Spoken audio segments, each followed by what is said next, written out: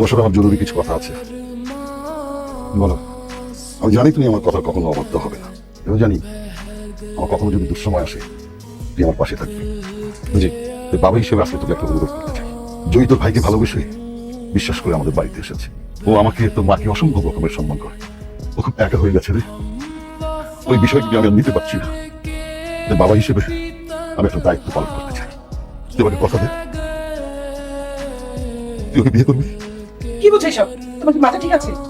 তুমি চুপ করো, আমি ওর সাথে কথা বলছি। বাবা, উনি আমার ভাইয়ের ওয়াইফ। এইটা তো কখনো চেঞ্জ হবে না। আমার মাথা থেকে এটা কখনো সরবে না, এটা ইম্পসিবল। সরি বাবা। আমি শুধু তোর কাছে জানতে চাচ্ছি তুই রাজি আছিস কিনা। আমি বললাম তো, মানে তুমি বলো না, মানে এইটা ইম্পসিবল, কখনোই সম্ভব না। তাহলে শোন, তুই যদি রাজি না হোস আমি জয়ীকে নিয়ে এই বাড়ি থেকে চলে যাবো।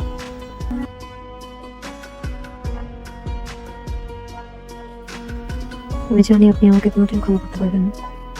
আমার কারণে আপনাকে এরকম একটা সিচুয়েশন ফেস করতে হচ্ছে। আমি এটাও জানি যে আপনি কোনোদিন আমাকে ওয়াইফ হিসেবে মেনে নিতে পারবেন না। না পারাটাই তো স্বাভাবিক। আপনার জায়গায় অন্য কেউ হলে হতো একই জিনিস হতো। আমি আপনার কাছে কখনো ওয়াইফের মতো আপনাকে বলবো। আপনি আপনার লাইফটাকে বিদেশের ভাবে সাজাতে পারেন, আপনার যা ইচ্ছা আপনি তাই করতে পারেন। আমার প্রতি আপনার কোনো দায়বদ্ধতা নেই। আমিও সরি। আসলে এমন একটা সিচুয়েশন পুরো পরিবারের উপর থেকে রিসেন্টলি যা গেল, এরপরে আমি আমার বাবার সাথে ফাইট করতে পারিনি। আমি তোমাকে অনেক ভালোবাসি রমি। রমি আমাকে অনেক ভালোবাসি। আমার জীবনে একটা মানুষ থাকার পরেও আমি অন্য একটা মানুষকে বিয়ে করেছি। আমার যে এখন কি করা উচিত এটাই বুঝতে পারছি না।